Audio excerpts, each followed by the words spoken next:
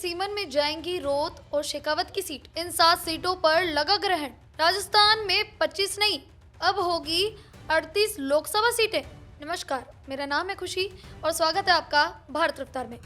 क्या मरुधरा का सियासी भूगोल पूरी तरह बदलने वाला है? क्या राजस्थान के वोटर्स और नेताओं की तकदीर का नक्शा नया आकार लेने जा रहा है? जी हाँ, दिल्ली के गलियारों से एक ऐसी रिपोर्ट आई है जिसने राजस्थान से लेकर देश भर की सियासत में हलचल तेज कर दिया। प्रधानमंत्री की आर्थिक सलाहकार परिषद यानी AACPM ने देश में होने वाले आगामी परिसीमन को लेकर एक बेहद चौंकाने वाली स्टडी रिपोर्ट पेश की है। और अगर इस रिपोर्ट के फॉर्मूले को अमली जमा पहनाया गया तो राजस्थान में लोकसभा सीटों की संख्या 25 से सीधे बढ़कर 38 हो सकती है, यानी सीधे सीधे 13 नई लोकसभा सीटों का बम्पर इजाफा। अब आप सोच रहे होंगे कि ये जादुई आंकड़ा आएगा कहां से, तो आपको बता दें कि ये कोई हवाई बात नहीं है। इस रिपोर्ट को तैयार किया है AACPM की सदस्य शमिका रवि और ISI के मुदित कपूर ने। इस स्टडी की रिपोर्ट में सुझाव दिया गया है कि पूरे देश में लोकसभा सीटों को 543 से बढ़ाकर 824 कर दिया जाए। इसके लिए देश की 170 भारी भरकम सीटों के टुकड़े किए जाएंगे, जिसमें से 59 सीटों को 2 हिस्सों में और 111 सीटों को 3 हिस्सों में बांटा जाएगा। और इसी फॉर्मूले के तहत राजस्थान की 7 हाई प्रोफाइल लोकसभा सीटों को 2 और 3 हिस्सों में काटने की तैयारी है, जबकि 18 सीटों को नो चेंज यानी यथावत रखने का प्रस्ताव दिया गया है। आइए आपको समझाते हैं कि राजस्थान की कौन सी सीटें इस परिसीमन की कैची के नीचे आने वाली हैं। चूरू लोकसभा सीट, इसे 2 भागों में बांटकर एक नई सीट बनाने का प्रस्ताव है। इसके अलावा जयपुर, जयपुर ग्रामीण, जोधपुर, सीकर, उदयपुर और बांसवाड़ा, इन सभी 6 सीटों को 3-3 हिस्सों में विभाजित करने की सिफारिश की गई है।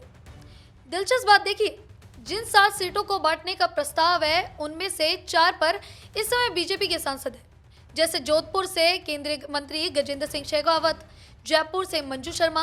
वहीं 3 सीटों पर विपक्ष का कब्जा है, जैसे बांसवाड़ा से BAP के राजकुमार रोत और सीकर से CPIM के अमरा राम। लेकिन इस रिपोर्ट में एक और दिलचस्प पहलू है। क्षेत्रफल के लिहाज से देश की सबसे बड़ी सीट बाड़मेर में किसी विभाजन की बात नहीं की गई है। इसके अलावा 18 सीटों को छुआ भी नहीं जाएगा। इनमें लोकसभा स्पीकर ओम बिरला का क्षेत्र कोटा बूंदी, केंद्रीय मंत्री भूपेंद्र यादव की अलवर सीट, अर्जुन राम मेघवाल की बीकानेर सीट और हनुमान बेनीवाल का गढ़ नागौर शामिल है। खास बात यह भी है कि SC के लिए रिजर्व किसी भी सीट को विभाजित नहीं किया जाएगा। लेकिन सवाल ये है कि आखिर इस बंटवारे का आधार क्या है? क्या सिर्फ आबादी? जी नहीं, इस बार का मॉडल बहुत स्मार्ट है।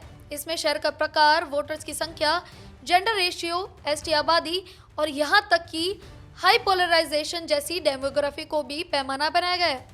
इतना ही नहीं, महिलाओं की वोटिंग बढ़ाने के लिए विमेन ओनली बूथ और शाम को वोटिंग का समय बढ़ाने जैसे क्रांतिकारी सुझाव भी दिए गए हैं। हालांकि ये याद रखना जरूरी है कि ये PM की आर्थिक सलाहकार परिषद की सिर्फ एक स्टडी रिपोर्ट या वर्किंग पेपर है।